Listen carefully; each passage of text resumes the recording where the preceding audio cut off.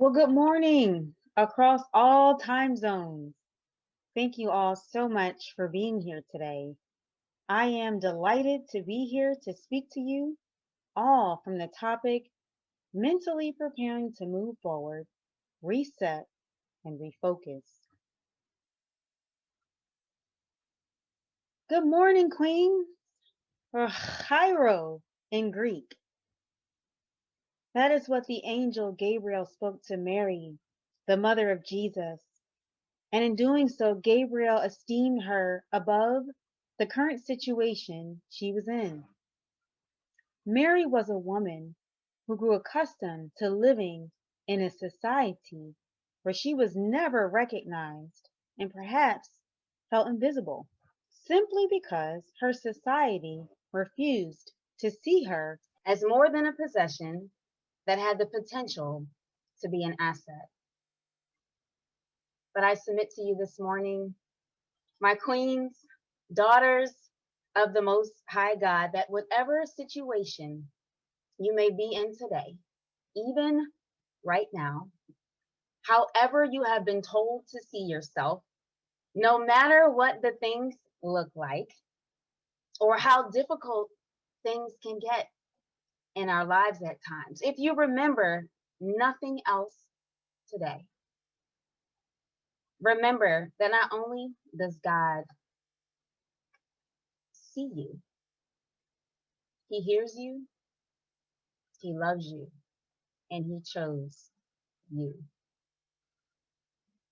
Yes, you, queen, you're the one He calls highly favored, the one whose society has deemed as the least likely.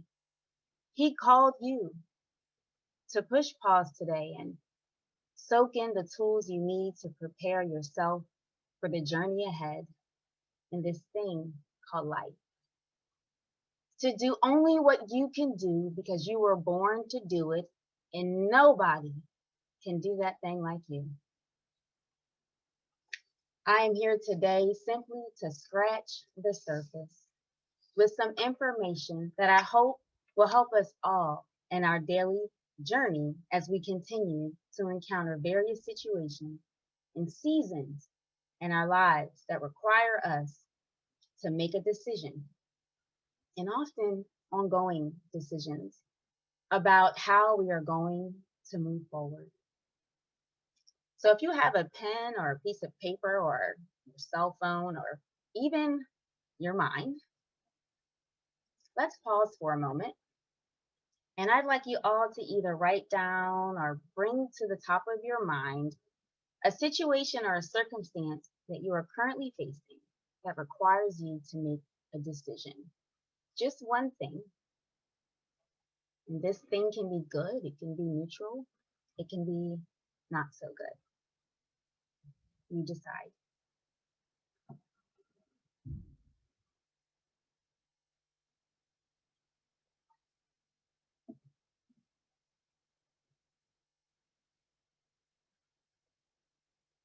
You all got something written down? I get some head nods. Give it a few more.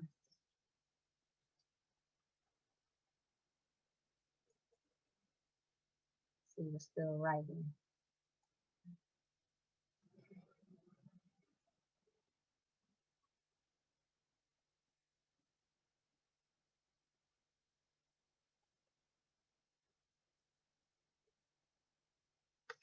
It is my hope today to supplement what many of us already know or already may know, and that you catch hold of at least one of the practical tools that I will share today that you can apply to your daily life with relative ease.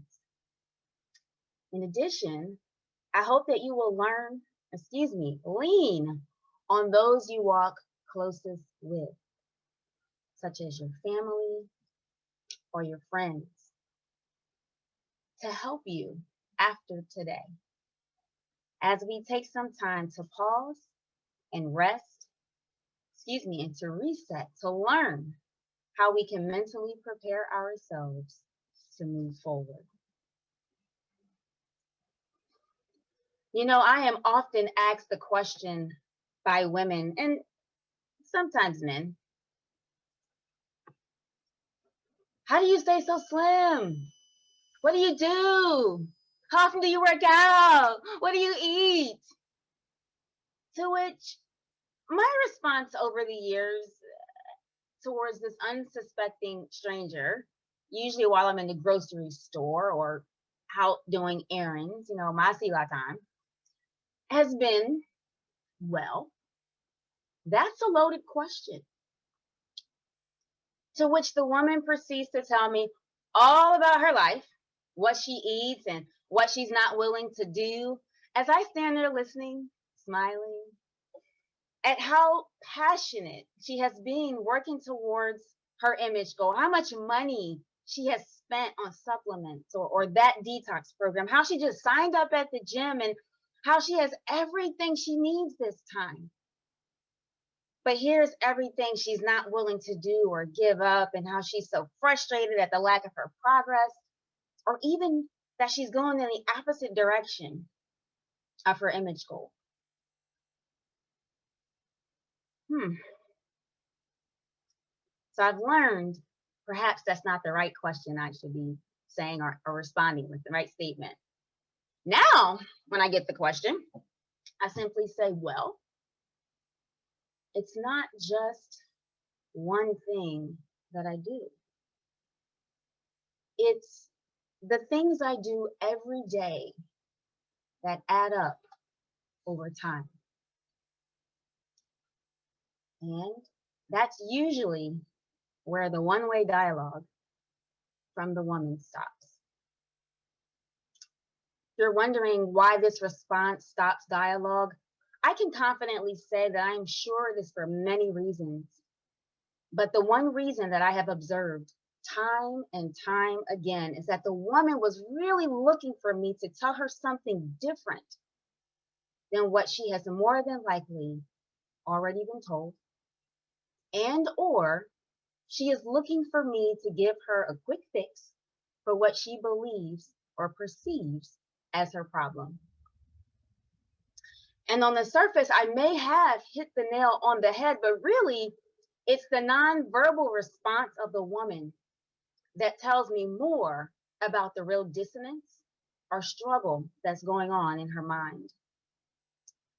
What I observe in the nonverbal is a reckoning that to get results that mirror what she sees in me is going to require work and sacrifices with things that she probably enjoys, even though these things, perhaps her mindset or behaviors of enjoyment, may also be the root cause of her problem. And without missing a beat, who can guess what happens next? Who can guess what happens next? You can come off mute and say, what happens next? Anybody want to take a stab at it? Oh, y'all quiet. Conversation ends. That's a great answer. And you're basically right. I observed the woman standing before me, mentally shutting down, all before I have had anything further to say beyond, well, it's not just one thing that I do. It's the things I do every day that add up over time. Now, that's a light example that many of us can relate to in some way, but what if the stakes were higher? What if you or I have been accused of something that's not true? Or you find that someone is trying to sabotage or undermine the essence of your dream or the task at hand, ultimately, usually, because he or she may feel intimidated by your confidence or your drive to do the task well. You know, my grandfather said so often during his lifetime, be the task, big or small, do it well or not at all. Sometimes our confidence and our drive creates enemies or haters. And these haters, if you will, may come in the form of family, co-workers, neighbors, individuals in our communities, law enforcement, social misconstructs, complicit responses or the lack thereof, or maybe the dilemma we are facing is a bit more personal. Personal, like a violation of trust from a close friend, co-worker, or family member, the loss of a job or even a loved one, making a decision about a career move or launching that business, writing that book, or starting the podcast or vlog, personal, even along the lines of ending a relationship, setting boundaries with those you love, speaking up even when it's not popular, challenging the status quo, entering a relationship, saving or investing money, choosing between the Philly cheesesteak and the quinoa salad on the same menu. Somebody say decision. Decision. That's easy. Give me the steak. Oh God, no. Take it out of mind, Jesus. Take it out of mind. Okay, anyway, after I got the call to share with you today, I asked myself the question in prayer: who mentally prepared themselves in the Bible to move forward? And the first person that came to mind as I scanned the Bible in my mind was Joshua, Moses' assistant. So, in addition to the story of Mary in the book of Luke, I also want to just scratch the surface today with the story of Joshua. And full disclaimer, I can only scratch the surface today, because to do anything more, we would be here all day and that would be a series. All right. So hang in there. So, specifically as it pertains to Joshua, God told him at least twice in chapter 1 to be strong and courageous. But why? To paint a backdrop, Joshua was taking command over the children of Israel after the death of Moses. And well, suffice it to say, like many of us stepping into a new place of leadership or responsibility or moving forward to the next thing, you fill in a blank with that thing you wrote down, does not come without a bit of healthy self-doubt and healthy anxiety, which we'll just call butterflies in our stomach. So as we think about Joshua's journey of mental preparation, I want to show you just a few verses in chapter 1. After the death of Moses, the Lord's servant, it says the Lord spoke to Joshua. Whatever it is you were put on this earth to do, the Lord has already told you what that is. The Lord spoke. So that's the first thing that happens in this journey of mental preparation. The Lord speaks. And ladies, it's not always deep, right? No, there's no thunder and lightning. There's no, spirit. It's not always deep. He speaks in that still small voice. So the thing that you're typically passionate about, that's usually the thing that you're put here to do. The thing that you just can't get away from. Right? So the Lord speaks. And here's what he said. He said, Moses, my servant, is dead. Now you and all the people prepare. In other words, get ready to take action, to cross over or get over that hump, whatever that blockage is that's stopping you from doing whatever it is, that thing you filled in the blank, that thing you need to make a decision about. Prepare. Get over the hump. Cross over. Go over to Jordan, to the land I'm giving you. And I love verse 3. He says, I have given you every place. So think about it. The Lord spoke. He's telling us to prepare, to take action. So this preparation isn't just packing our bags, we're getting ready to cross Jordan, It's mental first, before it's anything actionable. And here's the confidence or consolation that we have. He's already given you everything that you need. And so no matter which room you walk into, when you're walking in alignment with what God has called you to do, that thing that only you can do, the favor of God follows you and is on your life wherever you go.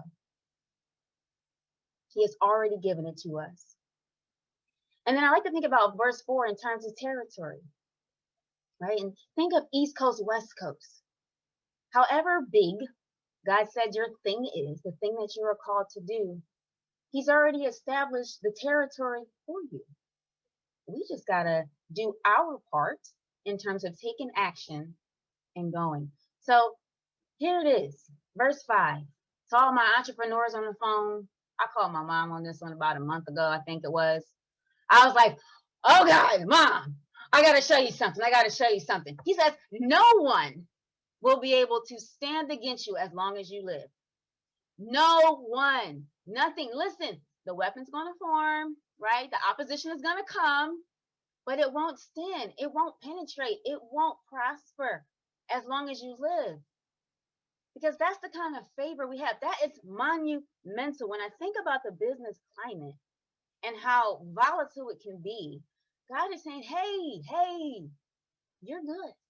I'm with you. Just as I was with Moses. And I'm like, yeah, he was with Moses, pillars of clouds during the day and fire at night. That's real. People saw the effects of God being with the children of Israel. And they knew them by the God that they served. That's huge. That gave me so much confidence to just walk this thing out. And then to top it off, he says, I will not leave you or abandon you. And I'm reminded of the stories and so many different experiences with my nieces and nephews where we're getting ready to cross the street or do something that can be potentially dangerous. And they say, Auntie, hold my hand, Auntie. Come on, Auntie. And they're trying to be the big person in the room. Hold my hand. And I make them think that, they're holding my hand, but really, I take down and I hold their hand. And I don't know about you, but I'm so glad that I don't hold God's hand, because when distractions come, when that thing looked like it's about to hit me, that dart, that fire, whatever, I know that as long as God is holding my hand, even if I trip and stumble like my mom did me growing up, walking down the street, she just yanked me up so that I don't fall. And I may stumble, but it's okay. She's got me. And I know that God got me. He's got me. And so I have that confidence when I walk in that room, or when I start that meeting, or when I have that difficult conversation, because I know what this is just a distraction. And so this is monumental. Like this is more than competitive advantage for those of you who are starting businesses and writing books and getting ready to launch this or go back to school, or whatever it is you're trying to do. This is monumental. You have more than competitive advantage, and I can't find another synonym for that. I'm going to get off of that, because that one, that's a good one. All right, here we go. He says, verse 6, be strong and courageous. Why is God all of a sudden saying this? It's because he's talking to Joshua. Remember, he started out by speaking to Joshua, and Joshua in his mind is already calculating and like, okay, Lord, so we got 3,000 babies over there. I got to figure this one out. And we got this. And do you know how big they are over there? Like, have you seen those grapes? Like, these people are like, he's thinking about all these things. And God's like, hey, just be strong and courageous. You're going to divvy up the land like we already had, like we talked about with Moses. You got this. And Joshua was like, yeah, but Lord, above all, be strong and very courageous. Just do what I told Moses. Do what I asked you to do. Hey, and don't deviate from the plan, so that you will have success wherever you go. So whatever the Lord has spoken to you, and it comes over time and in time. And what I mean by that is he's not going to give you everything at one time, because you can't handle it. I can't handle it. Right? I'm already like a planner. Okay, wait, Lord, you want to do what? I got to do what? When? I'm already planning. So if he showed me everything, I think I would just collapse under pressure. So just stick to the plan. And as you stick to the plan and as you go forward in obedience, you'll have success. That's a guarantee. I love it. So he's saying, hey, Joshua, calm down, right? And for those of you who know me, I love dictionaries. I have this Noah Webster 1828 dictionary. It is so amazing. Oh my gosh. Anyway, you got to read the introduction to that dictionary. It's beautiful. But here we go. I would like to hear from you. What is courage? What is courage?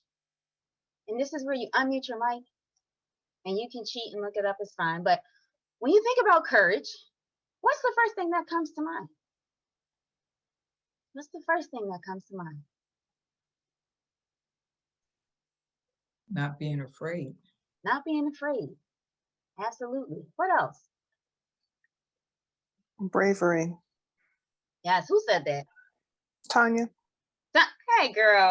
Bravery. Hey. Yes. You just all in my stuff right now. Okay. All right. Bravery. Yes. So courage is the quality of mind or spirit that enables a person to face difficulty, danger, pain, etc. without fear. Courage is also known as bravery. As bravery. So what is bravery then? What's bravery? You know how I love how they define a word with the word. I mean, looking stuff up, you're like, okay, now what does that word mean? What is bravery? Now y'all know I'm a teacher at her. I'm gonna start calling on people. Going for some Oh, now we got everybody talking. Wait, go ahead. What was it? Determination. Determination. I heard somebody else speaking. I was going to say, excuse me, going forward, regardless of how you feel about it, if you're scared, you pursue it anyway. Yes. Yes. Anybody else? I agree with that one. I was going to say being scared and doing it anyhow. Yes. Yes. So I love that. Bravery. Yes. All of those things. It's having a brave spirit. There we go again, defining the word with the word, right? Or conduct. There's that word courage again. Valor. Possessing or exhibiting courage or courageous endurance. I think that should be the title of a book, Courageous Endurance. To meet or face courageously, to defy, challenge, or dare. Here's the thing. Here's what I love about this is it makes me think about Girl Scouts. Any Girl Scouts in the room other than me? Like, we didn't get badges necessarily because we completed the task. I got badges for trying. Hey, you had bravery. You tried. You were confident. You were courageous. I got a badge just for trying. That's the essence of bravery. It's not about winning or losing. It's about the quality of mind and the spirit to get out there and try and do it anyway.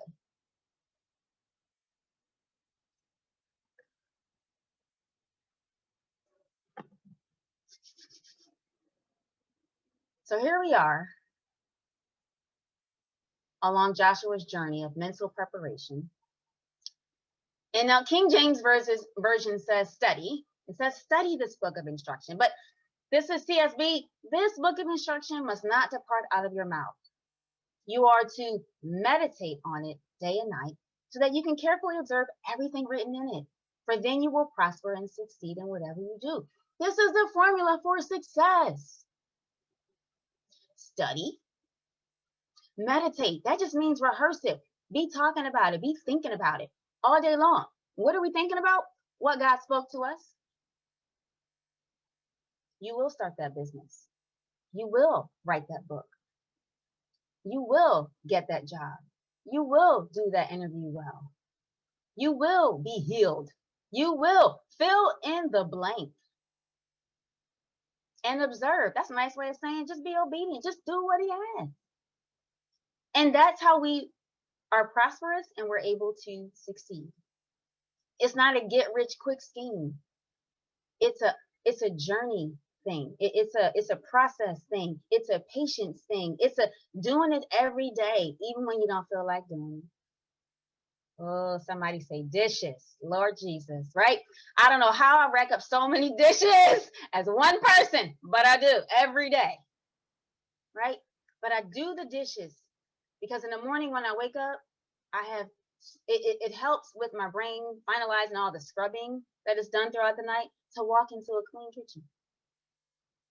The same thing with making my bed. And again, these things aren't necessarily deep.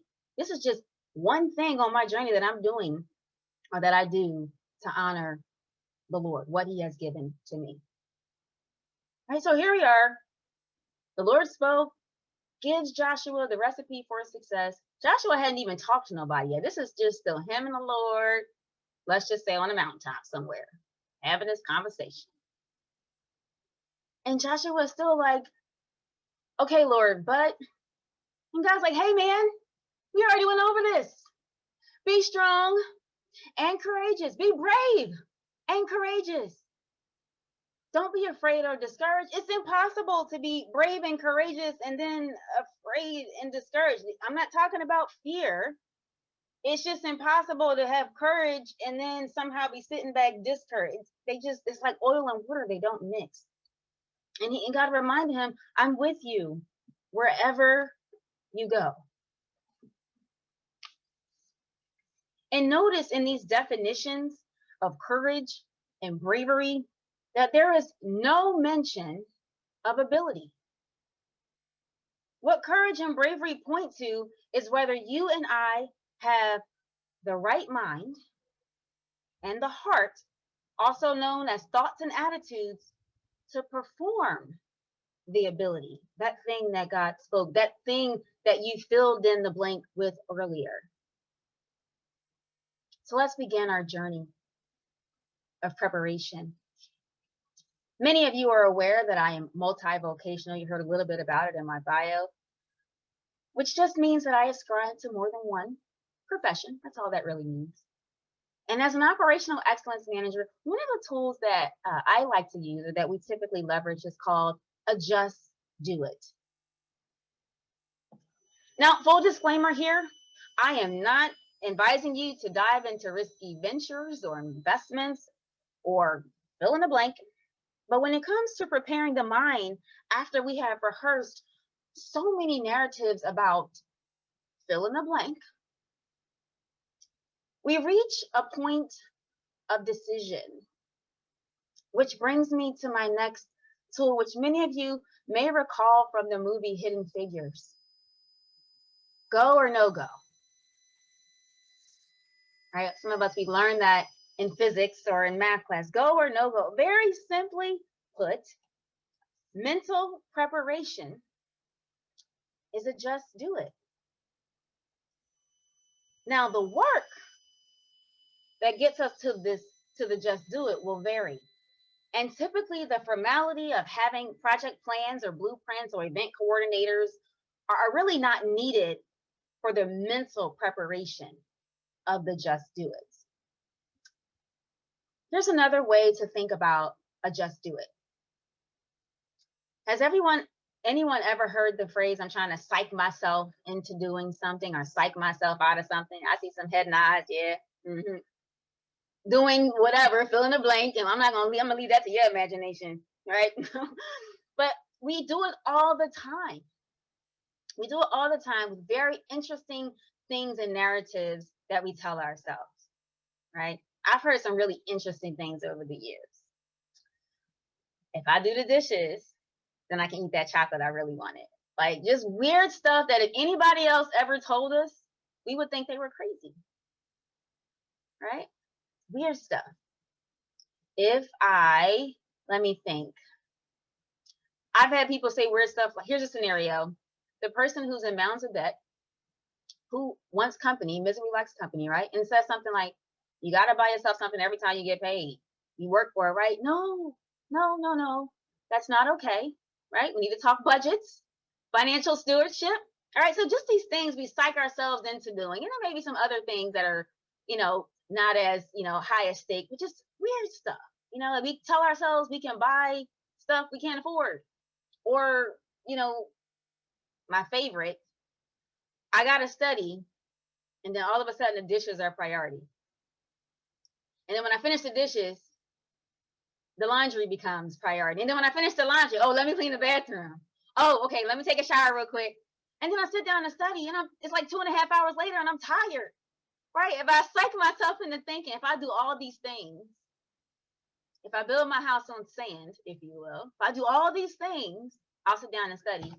And I'm like, okay, I can just do 10 minutes. I'll get up early. How many of that does not happen? Okay.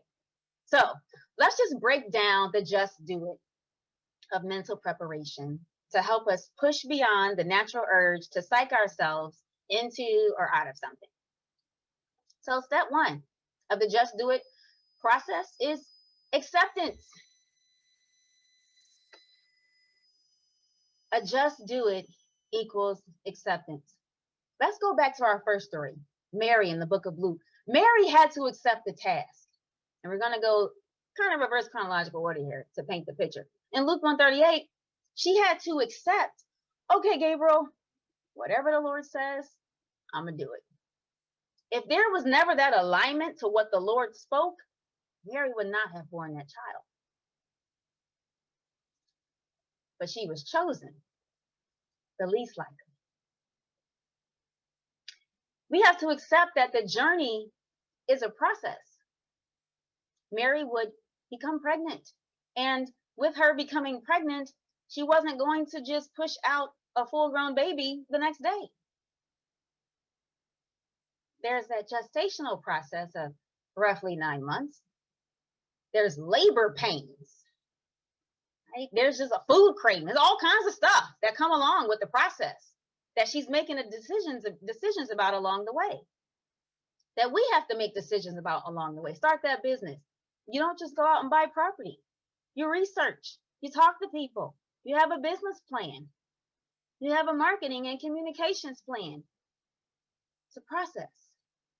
And the other thing we have to accept is that the journey will not be linear. But it's going to have many twists and turns. It's going to be very dynamic. And I would be remiss to paint a picture that the relative ease I'm talking about means A plus B equals C. It doesn't.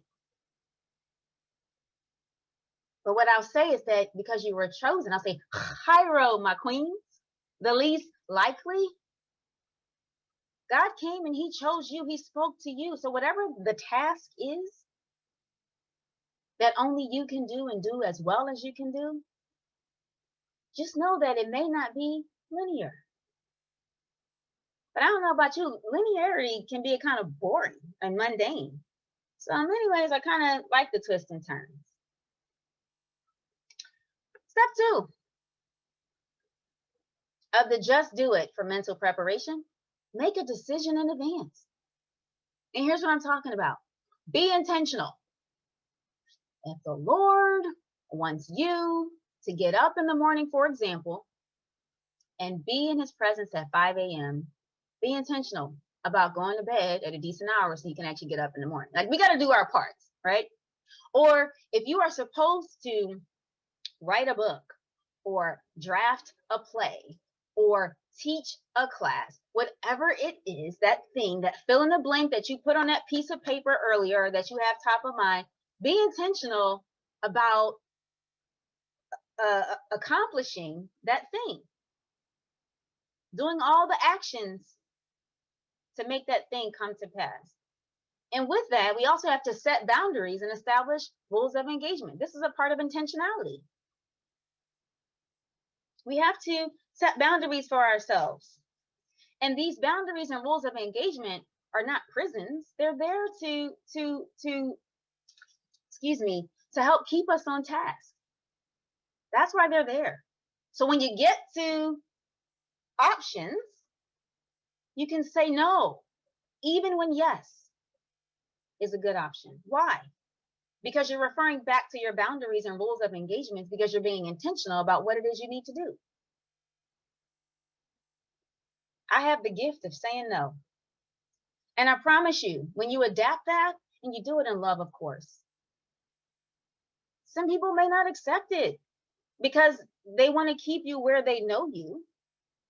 And I was very much a yes person growing up in ministry.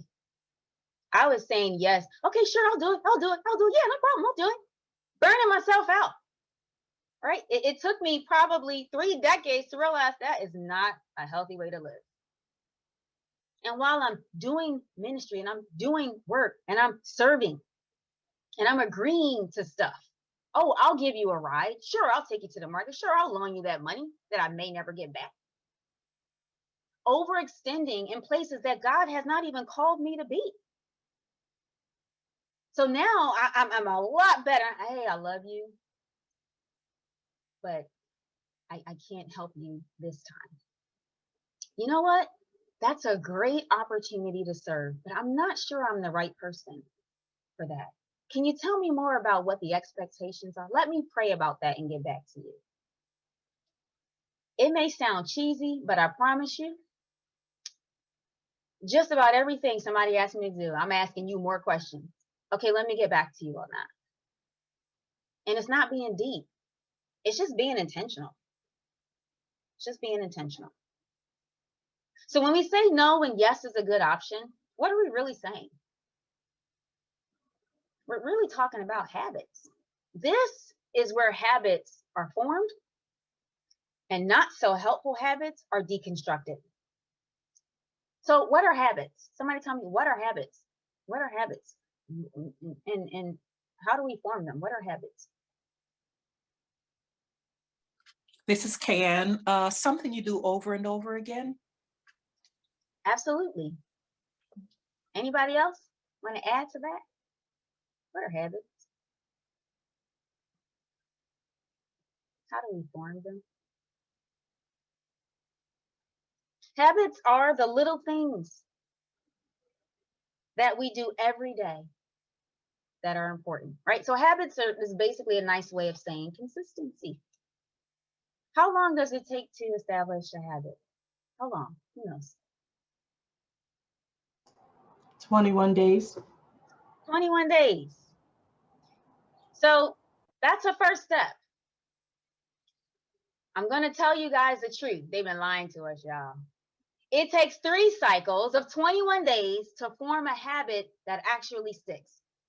So the first 21 days puts it in short-term memory. But by the 3rd cycle, we've created the connections in our brains to take that activity from short-term memory and store it into long-term memory. Most of us don't think about brushing our teeth in the morning. Why? Why? I saw habit on mute. Why? Right? It's a just do it, right? But no, it's not. We had our parents get us up at the crack of dawn every morning to teach us the consistency, how to be intentional, what was important, setting boundaries for wake up. What are the rules of engagement? Do not open your mouth until you brush your teeth. And they did it every day. And for some of us, it was more than 3 cycles of 21 days. It was probably a few years as children before we really accepted the fact that hygiene was never going anywhere and we had to do it. So real quick on habits. Habits are the things that keep us when the newness begins to fade. That's the first cycle of 21 days. And in cycle 2, we say things like, girl, I'm on my grind. I'm doing my thing. Well, that's motivation. And that's great. Those are things that we need. And just when we're ready to throw in the towel, this thing called discipline kicks in. Cycle 3. That just do it. Because we know it, whatever it is, fill in the blank, we know that it needs to be done. And we can remind ourselves that we are going to be intentional, what our boundaries are, and how no is better than yes. So we're just going to do it and get it done. That's why I stand at that kitchen sink every night, pouting, doing them dishes before I go to bed. And I say to myself, yeah, you're tired, but you're doing it because it has to be done. It's training ground for something else that God is preparing me for, that I need to have that kind of grit and resilience and resolve so that I can stand in that next thing. So let's go to step 3. Oh, before we go to step 3, I have a sister. Her name is Diva. And this is how she said it. a few weeks ago on one of her Instagram live 20-second daily things. She said, when motivation ends, that's where discipline begins. Most successful people, it looks great, like they were this overnight sensation, but they probably lost motivation a long time ago. It's the discipline that's keeping them. I don't know if too many people are motivated and excited to get up and brush their teeth in the morning. It's discipline at this point, right? Or as Joyce Meyer has said, it's just being faithful. It's another way to look at it. I'm just going to be faithful to what I know I'm supposed to be doing. So here we go. Step 3 of the Just Do It. And we're in the home stretch. Retrain your brain, heal your gut, heal your mind. And y'all know I couldn't do this without talking about food. Come on, somebody. I love me some nutrition. Gut health. So the first thing about this retrain, there's a few things. Meals. We cannot mentally prepare without our guts. Gut health equals mental health. Gut health equals mental health. Your first brain starts in your gut. That's where serotonin is made. It travels to your brain, but it starts in your gut. You don't believe me? Think about how you feel after you've eaten a heavy meal like on Thanksgiving or Christmas, or you just overdid it while watching TV. Tired, sluggish, just need to sleep for like 3 hours, right? Gut health is your mental health. So you see on the side, I have this diagram, this infographic of prebiotic foods. And I promise you, I can only scratch the surface today, but okay, I'm so excited about prebiotics. So there's prebiotics, there's probiotics, which is all over the market right now. And then there's postbiotics. But really, the power is in prebiotics. And you don't have to buy these things in pill form. You can just eat them. You can eat them. And what prebiotics do is that they are the fuel for the bacteria, that live in your gut, or the probiotics. It's the fuel for that, so that it does its magic. Short chain fatty acids are formed. Okay, I'm going to stop there. But anyway, they're formed, and you can do things like have a flat stomach because your body is actually fueling, breaking stuff down, putting stuff where it needs to be, and moving things out that are no longer needed. Why am I saying this? Because in order to mentally prepare, we have to clean up our guts to make room for mental clarity, mental capacity, and mental ability to support our decision making, overall health, and our emotions. There's a reason women go to chocolate when they're feeling sad. There's a reason we pick up that ice cream. There's a reason we fill in the blank, because those may not be your things. But there's a reason when we're stressed, there's certain foods that the brain triggers because it's trying to help us deal with that stress. But, I submit to you that if you have a healthy gut, that will not be your default over time. That will not be your default. It's hard to make decisions when you don't have mental clarity. What do I mean by mental clarity? You have brain fog. You start something, you stop something. Oh, I got to do this. I got to do that. I forgot to do this. And then you look at the end of the day and nothing really has been done because you're all over the place. Scatterbrain. So we have to clean up our guts. So I have a challenge to help us with that. And it's called Taste the Rainbow. Level 1 is you just eat 30 different fruits and vegetables each week. So you've got 7 days to just pack it all in, and over the course of your meals and snacks throughout the day. All of these things on the screen, on the previous slide with the prebiotics and this infographic here, these are all fruits and vegetables. Now, don't go crazy and load up on all the spices and say, I met my goal. No. Things like you can add spices, but lentils and dairies and herbs and all those things add or count in your number of 30. And if you're already there, that's amazing. Join me at level 2, and let's aim to eat 30 different fruits and vegetables each day. Each day. You will start to feel different. You will sleep better. You will have a better release. when you use the bathroom, and you'll feel like, whew. You ever feel like you lost 10 pounds after you went to the bathroom? Imagine living in that space all the time because you have mental clarity because the toxins, we live in a very toxic environment that's overloading us all day, every day, from our makeup to our cleaning products to what we spray in the air to the cars that we drive. So help our bodies get rid of them of that stuff, keeping our pathways open so that it can do what it's supposed to do.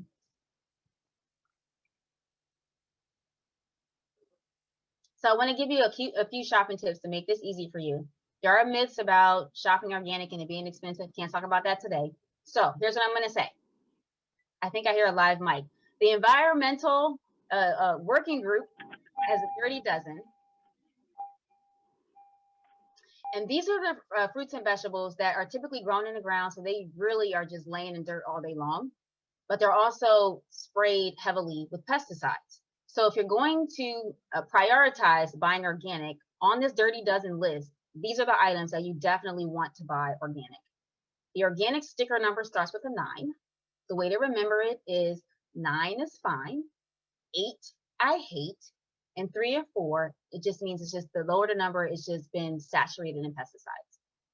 So strawberries, spinach, kale, collards, mustard greens, nectarines, grapes, bell peppers, celery, tomatoes, peaches, those things, apples, grapes, aim to buy those softer things, those leafy things, organic as much as you can. And always we should be rinsing our fruits and vegetables, cleaning them with baking soda and water, cold water. Wash them off. Now the clean 15 list is really like, hey, you need a little bit more wiggle room in your budget or not enough to do all of these things organic every week. That's fine. These are things that you can buy that don't have to be organic. Just make sure they're not genetically modified. So make sure the sticker says at least 4 or 6. 6 just means fair trade. And you can wash them very well. Again, baking soda and water, and you'll be fine. There's less glyphosate or Roundup, if you will, which is a neurotoxic substance that they spray to restrict the nervous system of the different things that tear up crops. They spray that on our food. So imagine what it's doing to our bodies. I'll digress here. But these are some things: avocado, sweet corn, eggplants, cauliflower, mushrooms. So number 2, we did meals. Now we have movement. We're going to build our formula a little bit more. Movement plus gut health equals mental health. Movement plus gut health equals mental health. And I have these pictures up here to show you that it's not just joining a gym. People say, oh, I got to get in shape. You can do whatever physical activity brings you happiness, whether it's walking or, for me, climbing 10-foot walls or dancing or teaching a class. You can do whatever it is you want to do. Here's the connection between our gut health, movement, and our mental health. So during the pandemic, we all lost the luxury of walking down the hall to the meeting, climbing stairs, walking during lunch. We just kind of lost that luxury of moving around a little bit more. And we kind of were more or less strapped to our desk. And because the meetings now are virtual, they're back to back. You can barely go to the bathroom in your own home, right? I don't know if it's just y'all, but I feel I'm like, oh my gosh, I need just 5 minutes. I need to run to the bathroom. So I noticed that I started to be a little bit more bloated than usual, and I was feeling uncomfortable. And there was just this disruption, if you will, in the symphony of my regularity. And I immediately asked myself, okay, what changed? That's what I asked. When things started going crazy, what changed? And the answer was that, well, I wasn't moving as much anymore. And the morning and evening yoga, while it was great, it wasn't enough. I wasn't doing power yoga or anything like that, but I was focusing more on strength and flexibility because some of you know I'm still on the mend from a car accident, so I couldn't do a lot of cardio anyway. But I would call myself still moving, but the yoga and the stretching, it just wasn't enough. So I immediately got up and I said, okay, you're going outside, you're going to go walk. And as I began to walk and I picked up my pace, I started to feel a rumbling going on. And I began to release some of that bloating as I was walking, i.e. gas, that I'd just been carrying around because I wasn't moving. And I noticed that my stomach started to feel a bit more pliable. And that suddenly I was able to regain the symphony of my regularity, if you will. But I remembered that in college, I learned, movement is so critically important to circulation. It's how our body is able to really flush out and excrete waste. But more importantly, we sweat those toxins too. And then I realized, man, you haven't even sweated in like 6, 7, 8 months. That's scary. So when I started to sweat again, I called my mom. I was like, Mom, you won't believe me. I'm sweating. She was like, that's weird.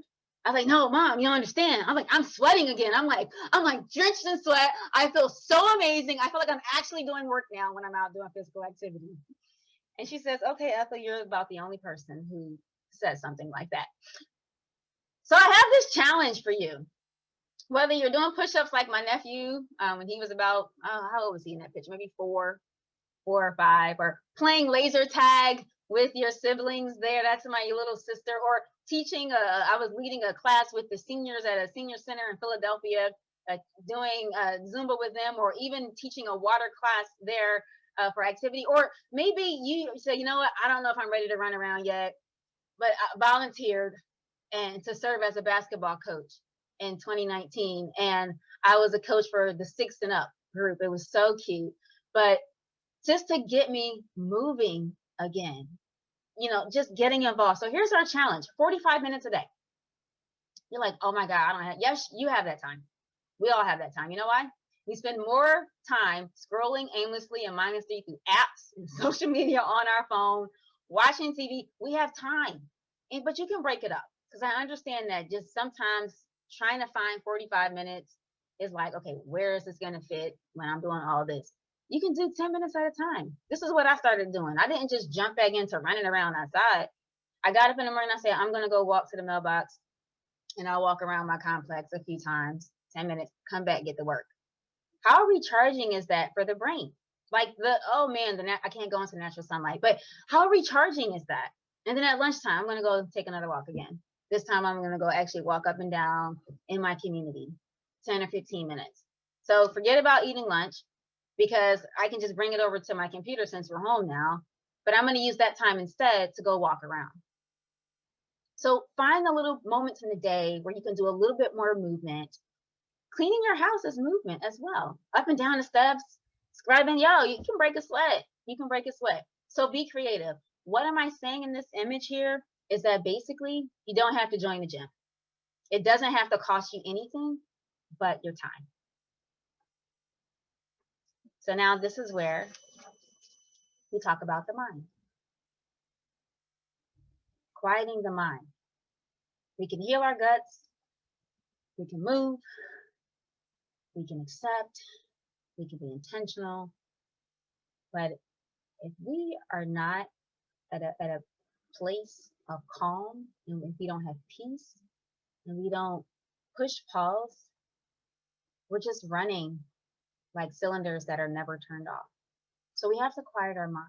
We are all hit with stressors throughout the day, various types of stressors, anything from meeting interruptions to phone calls to just my kitchen flooding right before I'm headed out to Seattle. Just so many things that happen that are unexpected, that create stress, or that create a deviation, a nonlinear deviation than what you were originally expecting.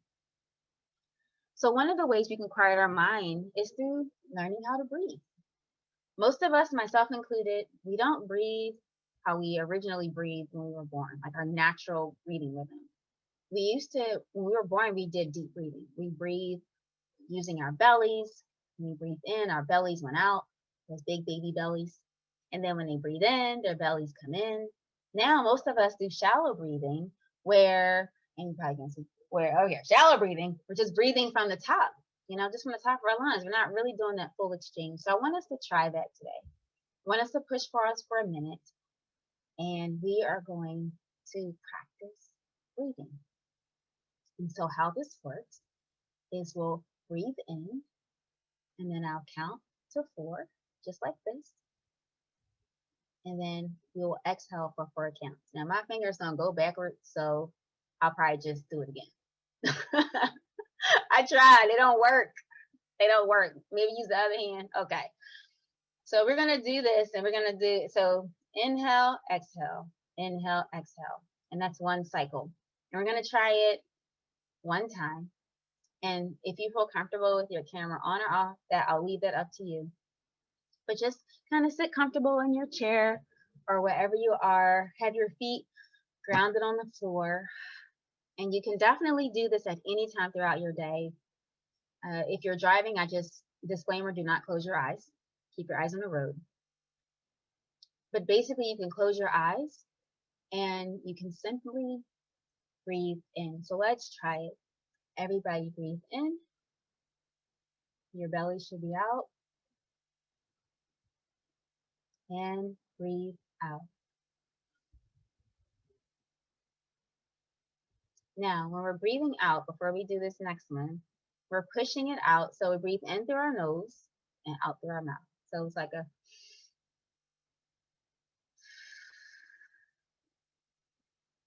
that's what it is. Okay, but 4 seconds. So it's a little interesting because we're used to, that's how we're typically breathing. So let's try it again. Ready? Breathe in.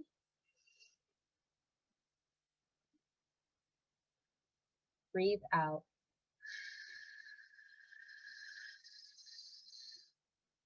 So that last breathe out is like like pushing it out. So you're really getting everything out the bottom of your lungs. And you can do this for 60 seconds, especially if you're in a moment where you're about to say or do something that you can't take back, or you're unsure if you're about to say something or do something that you can't take back, or you're in a moment where something is causing you to feel a rise in your energy or anxiety level. You can practice box breathing. Now, available online, there's so many different techniques of breathing. There's pulsating breathing. There's holding it for a little bit longer than 4 seconds. The goal is to at least do it for 60 seconds straight so that you bring calm and reset. Because when we hear the phrase mind over matter, that's really true. Because our physiology is responding, but our mind can tell our physiology, hey, this is just a narrative. It may not necessarily be true. Calm down. So breathing helps us not to react. It helps us reset so that we can respond. And when we respond, we're back in control of ourselves. So quieting the mind is so important. This is also important so that we don't rush into decisions that perhaps aren't God's best for us. We don't sign up a deal or a contract or anything like that that's not God's best for us. And so anytime there's tension, my motto is lean into the tension. Tension means there's no peace there. Lean into that. And that's where that breathing comes in. You're like, oh, something's just not right. I don't know what it is, but I'm not moving until I have peace. And then after we're done breathing, during this breathing reset, well, let me just say this. When we're breathing, we are reminding ourselves of what we accepted, right? What the Lord spoke, and the advanced decisions and boundaries that we made. So that's our moment of reset. That breathing helps us do that. And so the 4th thing, as we are retraining our brain, healing our guts and our minds, is the affirmation. Telling yourself the greater story. So when everything hits the fan, or something didn't go well, I either win or I learn. Which means we now have to ask ourselves the question, what is failure? Failure is me quitting. That's how I define failure. Me quitting, not giving it a good go. And asking ourselves, what is my relationship with failure? I didn't always have a good relationship with failure. My mom will tell you it. I got my first C in school. I cried so hard. I will never forget that. Like, I just thought like my life is over. I was in 7th grade, by the way. Okay. I'm not going to college. I don't understand. I did everything, Mom. I did everything. I'm hyperventilating. And she's just standing there, I think, torn between, wow, she's crying. And at the same time, it's not that serious, but I can't laugh because this is important to her. Like, she's stuck. And so she's like, it's okay. And what did she do? Breathe. Ethel, breathe. I'm trying to breathe. I'm trying. I'm breathing. It's not working. Calm down and breathe. Right? So what is our relationship with failure? I had to learn that not doing well, this is the next one, or perhaps being wrong is not the end of the day. Success is about consistency. It's about improvement. It's about process improvement, another big thing these days, and being humble about it. I was such a perfectionist growing up. And now I aim for excellence. My mom would say, oh, you're just being a perfectionist. No, I have a spirit of excellence, like my Lord and Savior, and I just want the best. And here's my project plan to support it. Right? But I have a healthier relationship with failure. And now I see failure as, this is my learning opportunity. What can I learn from this? What is the teachable moment? And so it's no longer failure anymore. It's learning. My next favorite, practice gratitude. This is how we're able to mentally reset. So the business deal you wanted, or the angel investor you thought was going to give you the startup funding, it fell through. Tell yourself the greatest story. I'm grateful for, fill in the blank. You know what? That deal didn't go through, but I'm so grateful for what I learned about the process of getting venture capital. You know what? That publisher didn't accept my book, but I'm so grateful for what I learned about the intricacies of publishing companies. I'm grateful for the connections that I made. Maybe now isn't the time for this company, or maybe they know somebody else. I'm grateful for the birds chirping out my window at 5:30 in the morning. Lord, thank you for the music from nature. Like, I get just that down. Lord, thank you so much for the squirrels in my mom's yard, and that her yard grows mushrooms just naturally, and they have something to eat. Lord, I'm so grateful. Mom, the Lord chose you. So exciting. She doesn't see it that way, but I just think it's so exciting. Little chipmunks running around. Instead of, oh, today was just terrible. No, I'm so grateful. I'm just so grateful, Lord, that I can gas my car up and I don't have to walk in and say, can you just put $5 on pump 5? I mean, I've been there. I'm grateful that I can go to the market and just get what I need and what I want and swipe my card and not have to think about, okay, so I think I might have to put this back because I don't have enough money to pay for it. I've been there. Lord, I'm just so grateful that you allow me to drive my car every day and I come home and I'm not hurt. I'm so grateful that I understand that when I thank you and I pray for that you keep me from danger seen and unseen. I have a new meaning of unseen now, y'all, with this pandemic. That has never crossed my mind. Lord, I'm thank you for keeping me from all the viruses that we know and we don't know about. God, I'm thankful that even though my child, my friend, whatever the it is on your paper isn't going well, here's what I'm thankful for about it. Here's what I'm grateful for about it. And when you shift, when you reframe it, I promise you, it takes the sting out of it. It helps you see it in a different way. And that's the difference between mental toughness and resilience. Resilience is just, I've been beat down my whole life. I just get back up again. Whatever.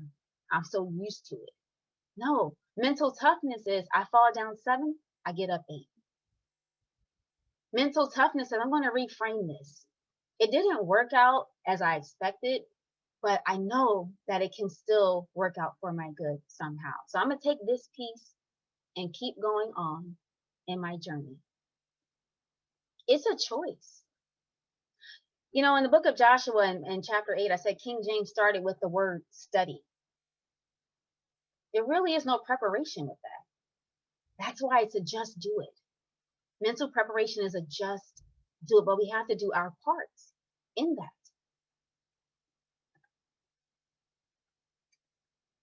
So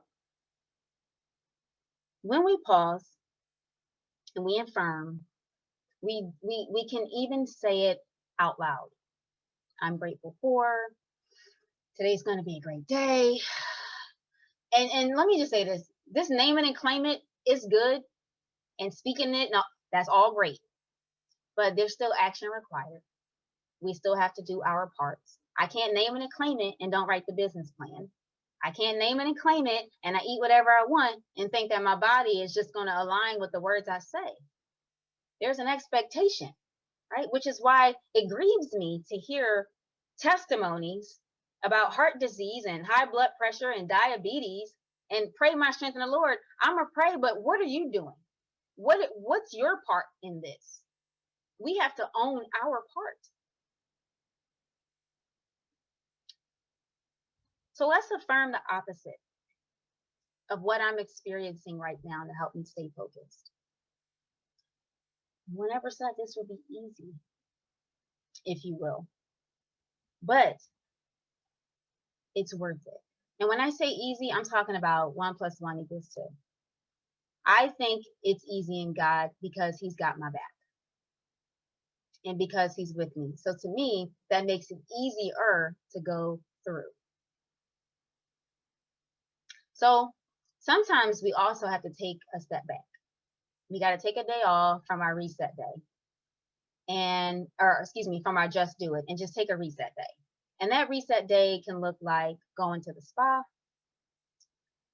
going for a walk in nature, perhaps, limiting technology or just no technology at all. It can look like quieting yourself. It can look like just having a pep talk, leaning into your emotions, which for me sometimes manifests as tears, other times as anger or silence. And speaking of silence, sometimes we got to keep our mouth off of stuff. After the Lord spoke to Joshua, he told him to prepare and cross over, and hey, he delegated authority. He got everybody organized. But sometimes when we don't have the answer we want, the right now thing, we just got to keep our mouth off of it. And I'm a witness these past few weeks that when Ethel wants to handle certain things, it can be pretty intense. Because I got a lot to say. Pastor Wells alluded to it when she read the bio. That is not right. I have something to say. I'm going to get into good trouble. But sometimes we just got to be quiet. And I'm a witness that when you take that step back and just be quiet and let God be God and do what he's supposed to do and you do what you're supposed to do, the way situations work out blows my mind. Like, I would have never thought of that, Lord. Well, because that's his lane. Here's other things you can do. You can watch a funny movie to invoke or provoke laughter. You can spend time with friends and family members that bring you calm or peace. You can meditate. You can journal. You can redefine your boundaries and rules of engagement. Notice I said redefine because this is an evolving process. So what you set today may need to be tweaked tomorrow or next week, because life is still happening, but you're still making progress and you're still moving forward.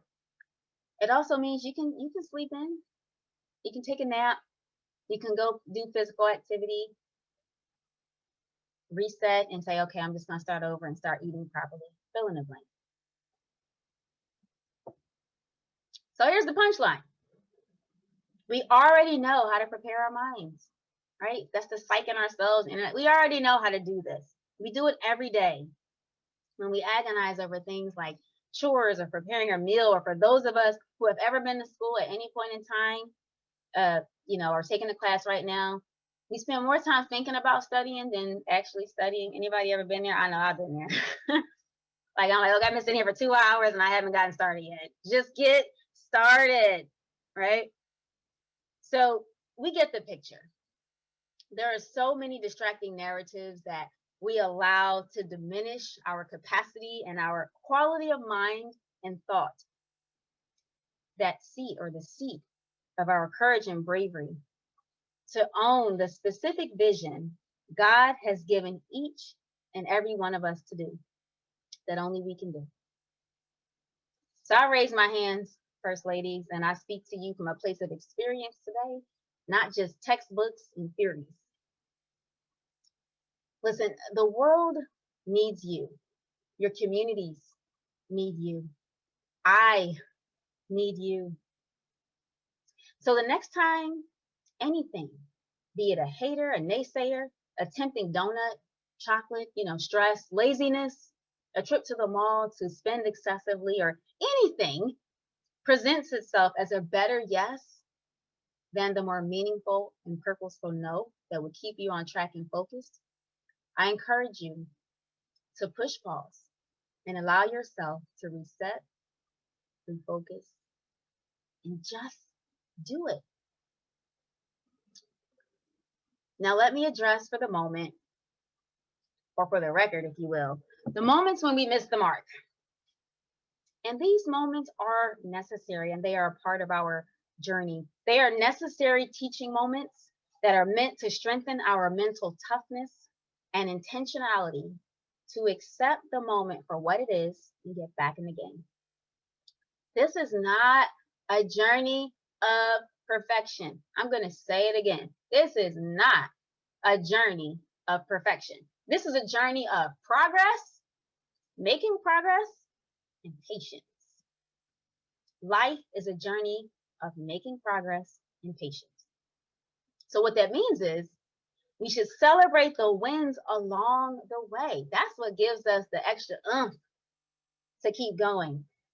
And when the newness and the excitement and the motivation fades, you can lean into discipline to accomplish the goal.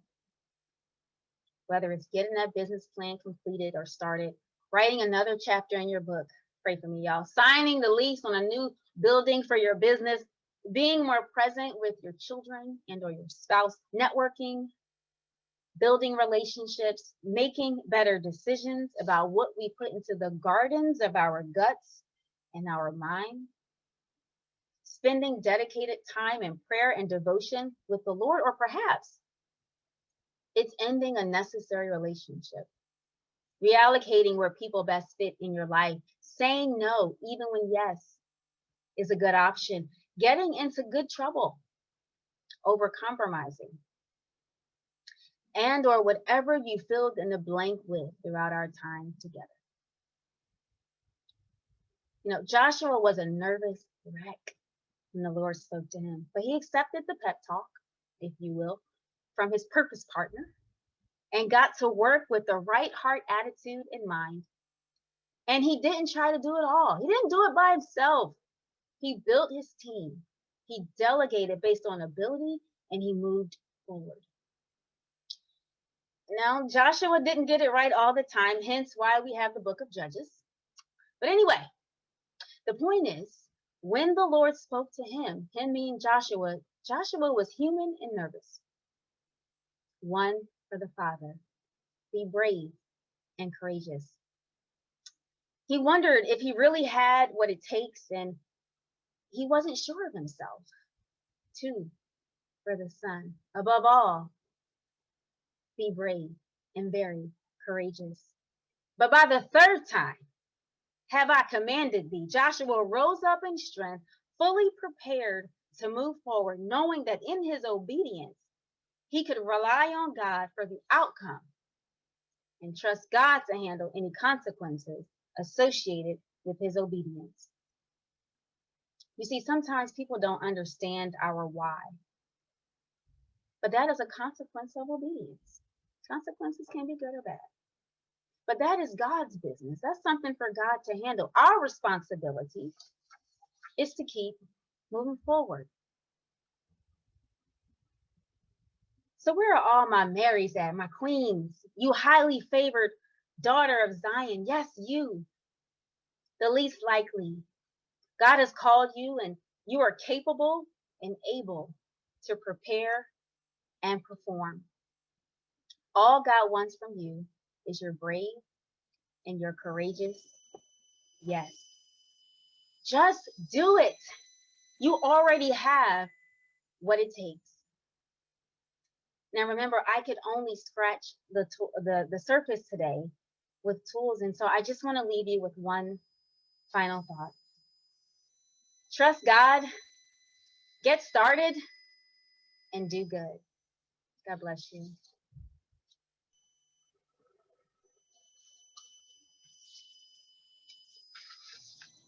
Thank you, Ethel. That was amazing. Ladies, let's give her a round of applause, You're welcome. just like I thought it would be. Now we're going to open the floor for any questions and answers, any questions that Ethel can answer for you.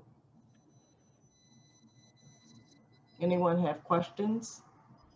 So one thing I would like to do, just by a show of hands so Ethel can see, how many people are venturing out into something new in their lives?